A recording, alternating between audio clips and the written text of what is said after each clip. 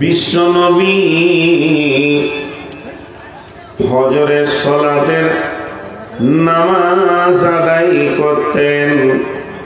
সালাতে সালাম ফিরার পর সাহাবা রাদিয়াল্লাহু মাজমাইনের দিকে মুখ করে বসতেন এবং ওই রাত্রিতে কেউ যদি কোনো স্বপ্ন দেখতেন তো আল্লাহর নবীর কাছে এসে বলতেন, ইয়া রাসূলুল্লাহ, ইয়া হাবিবাল্লাহ, ও নবী গো, আজকে রাত্রিতে আমি এই রকম এমন এমন এমন ধরনের স্বপ্ন দেখেছি। ওর স্বপ্নটা বলা হলে বিশ্ব নবী সেই স্বপ্নের তাবির করে দিতেন। বলতেন, ওরে আল্লাহর গোলাম, তোমার স্বপ্নের মানেটা হবে এই। কোন দিন দয়ার নবী নিজেই স্বপ্ন দেখে বলতেন, হে আমার সাহাবীরা, ওরে আমার সাথীরা, ওরে আল্লাহর গোলামের দল, আমি আখিরি পয়গম্বর স্বপ্ন দেখেছি। তোমরা স্বপ্নের মানে বলে শুনে নাও, আমার স্বপ্নের মানে এই হবে। একদিন বিশ্ব নবী ঠিক ফজরের সালাতের সালাম ফিরার পর সাহাবা রাদিয়াল্লাহু মাজমাইনের দিকে মুখ করে বসে আছেন। এমন সময় একজন নওজোয়ান উঠে দাঁড়ালেন। দাঁড়ানোর পর বলছেন, ইয়া রাসূলুল্লাহ, ইয়া হাবিবাল্লাহ, আজকে রাত্রিতে আমি স্বপ্ন দেখলাম এবং আমার স্বপ্নের মানেটা আপনার কাছ থেকে পেতে চাইছি। বিশ্বনবী দিয়ে যখন ও স্বপ্নের কথা বলতে শুরু করলো, সাহাবা রাদিয়াল্লাহু মাজমাইনেরা জামাতকে ভেঙে দিয়ে, কাতার ভেঙে দিয়ে সে এক জায়গায় জমে বসলো। আর আবু বকর সিদ্দিক তিনি রাসূলের পাশে এসে বসলেন। আর রাসূলের পাশে বসার পর তিনি ধ্যান দিয়ে শুনতে লাগলেন। আল্লাহর নবী বললেন, বলো তোমার স্বপ্নটা বলো। ওই লোক স্বপ্ন বলতে শুরু করলো, ও দয়ার নবী গো, আমি রাত্রিতে দেখছি আমার মাথার উপরে একটা কালো মেঘ, আবার কিছুক্ষণ পরে দেখছি মেঘ থেকে মুষলধারে বৃষ্টি। তবে আবার আশ্চর্যের কথা, ওটা কোনো বৃষ্টি পানি নয়, ওটা মধু নয়, ওটা শরাব নয়, দুধ নয়। বৃষ্টি যেটা পড়েছে ফোঁটা ফোঁটা হয়ে, ওটা কিন্তু মধু বর্ষণ হচ্ছে। কিছুক্ষণ পরে দেখছি, ও দয়ার নবী গো, জিন আর ইনসানের দল ওই মধুপান করার জন্য সেখানে ভিড় লাগিয়ে দিয়েছে।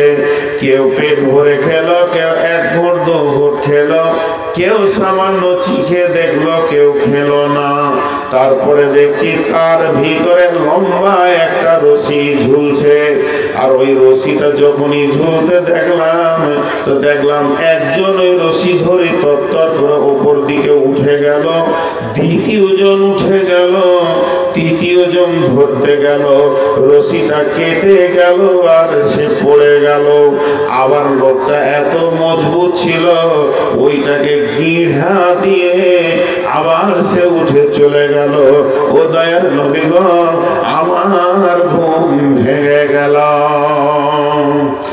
আল্লাহর নবীকে স্বপ্নটা যখন ওই আল্লাহর বান্দা শোনালেন, সাহাবী শোনালেন, আবু বকর একবার রাসূলের দিকে দেখে আর একবার স্বপ্ন দেখনেওয়ালার দিকে দেখে, একবার ওর দিকে একবার এর দিকে। এমন সময় বিশ্বনবী বলছেন, আবু বকর রে, তুমি কি বলছো? তোমাকে দেখে মনে হচ্ছে তুমি হতবাক হয়েছো। আবু বকর বলছেন, ইয়া রাসূলুল্লাহ, ইয়া হাবিবাল্লাহ, ও দয়ার নবী গো, এই স্বপ্নের তাবিজটা যদি আপনি আমাকে করতে বলেন তো আমার দিল চাইছে যে আমি মানে করে দিতে পারবো। তবে যদি ভুল হয়, আপনি তো বসেই আছেন, আপনি এর বিস্তারিতটা বলে দেবেন। বিশ্বনবী বললেন, আবু বকর রে, তোমার যদি ইচ্ছা যায় তুমি স্বপ্নের মানেটা করে দাও।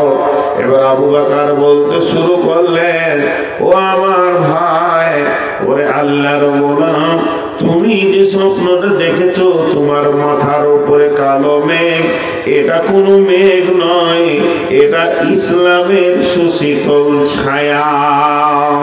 দ্বিতীয় নম্বর, তুমি যে দেখছো সেখান থেকে বৃষ্টি হচ্ছে, সেই বৃষ্টিটা মধু হচ্ছে। ওরে আমার ভাই, এটা কোনো বৃষ্টি নয়, ইসলামের ভিতরে মধু বর্ষণ হচ্ছে, মানে কোরআন নাজিল হচ্ছে। ইসলামের মূল ভলিউম কোরআন, ইসলামের মূল শক্তি কোরআন, ইসলামের সম্পূর্ণটা কোরআন। ইসলাম যা বলেছে তা কোরআন, কোরআন যা বলেছে তা ইসলাম। সমস্ত রুলসগুলো এনেছে, তাই দেখলে তুমি সেখানে মধু বর্ষণ হচ্ছে। বন্ধুরে, তুমি দেখেছো জিন আর ইনসান ওই মধু খাওয়ার জন্য এসে ভিড় লাগিয়েছে। কেউ পেট ভরে খেলো, কেউ সামান্য এক দু ঘোঁট খেলো, কেউ চিখে দেখলো, কেউ আবার মধু পান করলো না। তার মানে বিভিন্ন রকম মানুষ পৃথিবীর বুকে হবে। কেউ কোরআনকে গোটা মুখস্থ করবে, কেউ সামান্যতম মুখস্থ করবে, কেউ ছোট ছোট দুটি সূরা মুখস্থ করবে। আর যে মধু চিখল না, পৃথিবীর বুকে আল্লাহ তাকে কোরআনের ইলম দেবে না। এরপরে বন্ধু, তুমি দেখেছো ওই বৃষ্টির ভিতরে একটা রশি ঝুলছে। এটা কোনো রশি নয়, এটা কোনো দড়ি নয়, এটা হলো কোরআনের একটি আয়াত। সে আয়াতটা হচ্ছে ইহদিনাস সিরাতাল মুস্তাকিম। যে রাস্তার জন্য পাগল হয়ে বিশ্ববাসী ঘুরছে, শান্তির রাস্তা কোথা, শান্তির ছায়া কোথা, শান্তির বার্তা কোথা, সেটাই হলো সেই রাস্তা, যে রাস্তায় গেলে জান্নাত পাওয়া যাবে। আমরা বলে রেখেছি, সিরাতাল্লাযীনা আন'আমতা আলাইহিম, হে আল্লাহ নিয়ামত প্রাপ্তদের রাস্তা। অতএব প্রথম যে লোকটাকে তুমি নিয়ামত পেতে দেখছো ওই রাস্তাতে, তিনি হলেন আখেরি পয়গম্বর নবী মুহাম্মদুর রাসূলুল্লাহ সাল্লাল্লাহু আলাইহি ওয়াসাল্লাম। আর দ্বিতীয় যে লোকটা রশি ধরে চলে গেল, ওটা অন্য কেউ নয়, ওটা আমি আবু বকর। তৃতীয় নম্বর লোকটা রশি ধরতে গেল কিন্তু ছিঁড়ে গেল, ওটা অন্য কেউ নয়, ওটা হলো হযরতে উমর। তবে লোকটা বড় মজবুত, তাই ওখানে একটা গিরহে দিয়েছে, পার হয়ে চলে গেল। তোমার ঘুম ভেঙে গেল। যদি তুমি আরো ঘুমাতে, তো ওই রাস্তায় আরো অনেক লোককে তুমি যেতে দেখতে।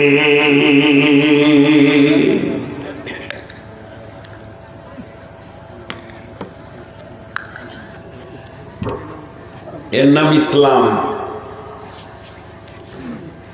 আমি কেন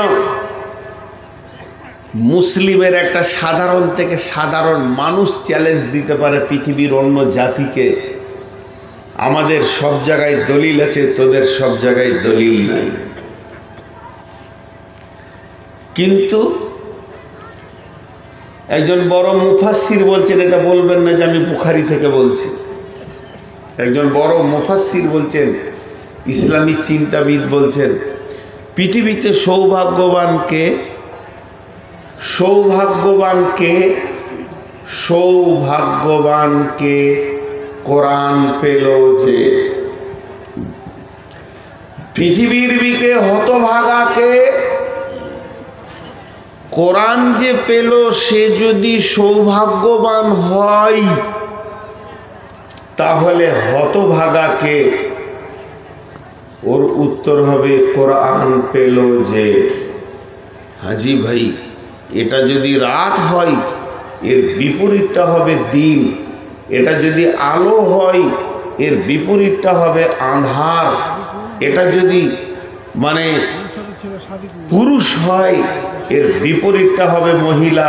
তা কোরআনের ব্যাপারে দুটোই নেগেটিভ পজিটিভ একও শব্দ তিনি ব্যবহার করেছেন। পৃথিবীর বুকে সৌভাগ্যবান জাতি হচ্ছে যে কোরআন পেয়েছে সে। পৃথিবীর মধ্যে সৌভাগ্যবান জাতি কে? কোরআন পেল যে। উত্তর ঠিক, উত্তর ঠিক, উত্তর ঠিক। পৃথিবীর বুকে হতভাগা কে? কোরআন পেল যে। এটা কেমন লাগছে উত্তর? তিনি বলছেন আফসোস করে, থাকতে গরু বইনা হাল, থাকতে গরু বইনা হাল, তার দুঃখ সর্বকাল। একটা লোক কোরআন পেল কিন্তু কোরআনের জিন্দেগি সে পেল না। চলার পথে তার হাসাতে কোরআন নাই, খাওয়ার পথে তার কোরআন নাই, চেহারাতে তার কোরআন নাই। আর আপনার কিনা লেনদেন মামিলাত মাসিরাতে তার কোরআন নাই। সব জায়গায় সে নিজের মস্তিষ্ককে কাজে লাগালো। জান মালের ডিস্ট্রিবিউটের ব্যাপারে তার কাছে কোরআন নাই। নিজের মালগুলিকে যাকে মন গেল 20 বিঘে লিখে দিল, কাউকে ফাঁকি দিল। সর্বস্তরে কোরআনকে ছেড়ে দিয়ে চলতে শুরু করলো। এর জন্য আল্লাহ তাবারাক ওয়া তাআলা মুমিনকে কিনে নেওয়ার কথা বলেছেন। মুমিনের জান মাল এর আসল তাফসীর হচ্ছে ইন্নাল্লাহা আশতারা মিনাল মুমিনিনা আনফুসাহুম ওয়া আমওয়ালাহুম বিআন্না লাহুমুল জান্নাহ।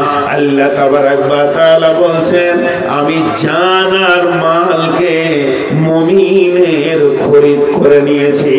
তবে আমার প্রশ্ন, মুমিনের জান তার স্বাধীনতাই নাই। জানটা যখন প্রয়োজন হবে দিয়ে দিতে হবে। আমার আল্লাহ আমার কাছ থেকে জান চাইছে না আমার আল্লাহ আমার কাছ থেকে মাল চাইছে। এটাকে বুঝতে পারবে প্রকৃত যে ঈমানদার হবে, সে বুঝতে পারবে যে আমার আল্লাহ কোন জিনিসটা চাইছে। তেমনি আল্লাহ বলছেন, মুমিন রে, তোর জান মাল তো দূরের কথা, আমি তোকেই কিনে নিয়েছি।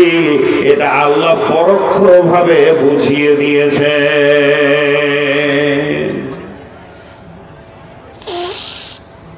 দুটো শব্দ ব্যবহার করেছি, একটা জান আর একটা মাল।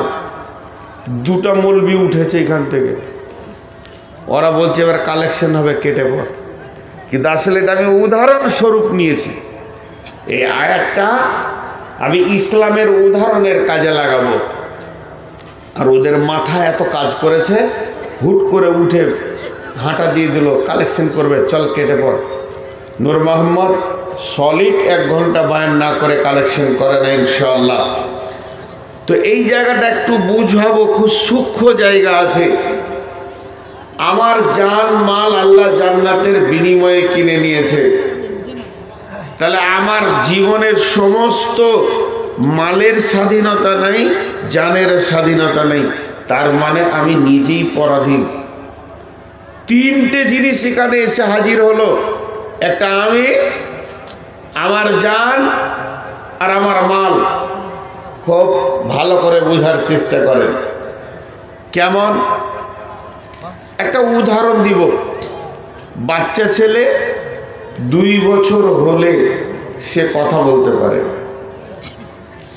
বাচ্চা ছেলে 2 বছর 2.5 বছর থেকে টুকটুক করে সে ভাষা শিখে, মায়ের কাছ থেকে শিখে।